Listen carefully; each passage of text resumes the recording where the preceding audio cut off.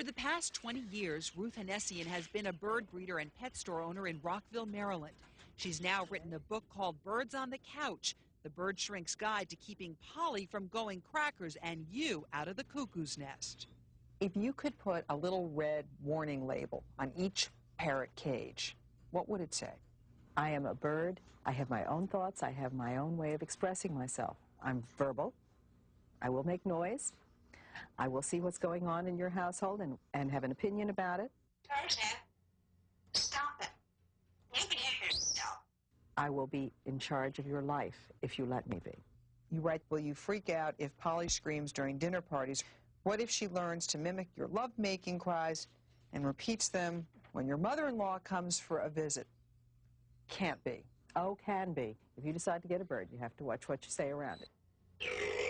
Because they will pick up the things that you really don't want them to say. Oh, Spot. Now, Ruth, you're pushing it on the next one. Birds can be codependents. What are we talking about here? They get very involved with you, and they get very upset when you're not there. It's like having a 2-year-old child for the rest of your life.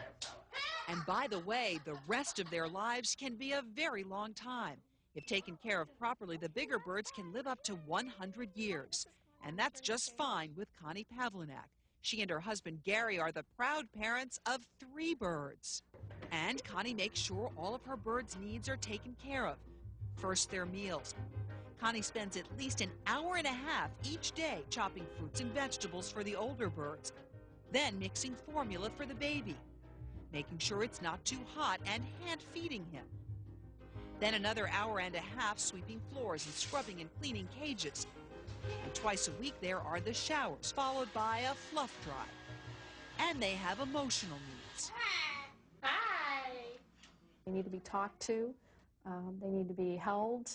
They need to be stimulated. So we talk to them. We entertain them with toys. Bonnie Kenk runs the Parrot Education and Adoption Center in San Diego.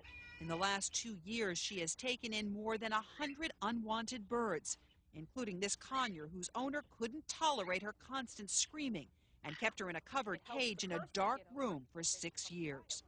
You see, birds become quiet in the dark.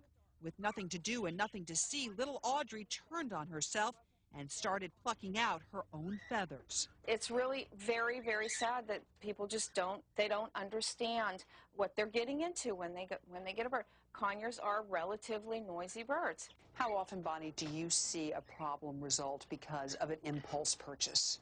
Daily.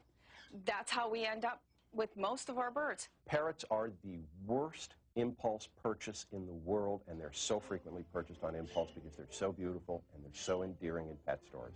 You need to do your homework before buying a parrot. They are very, very, very smart.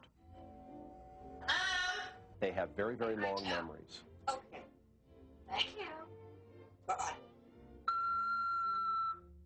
They're amazing animals. Good night. Good night, bird. Good night.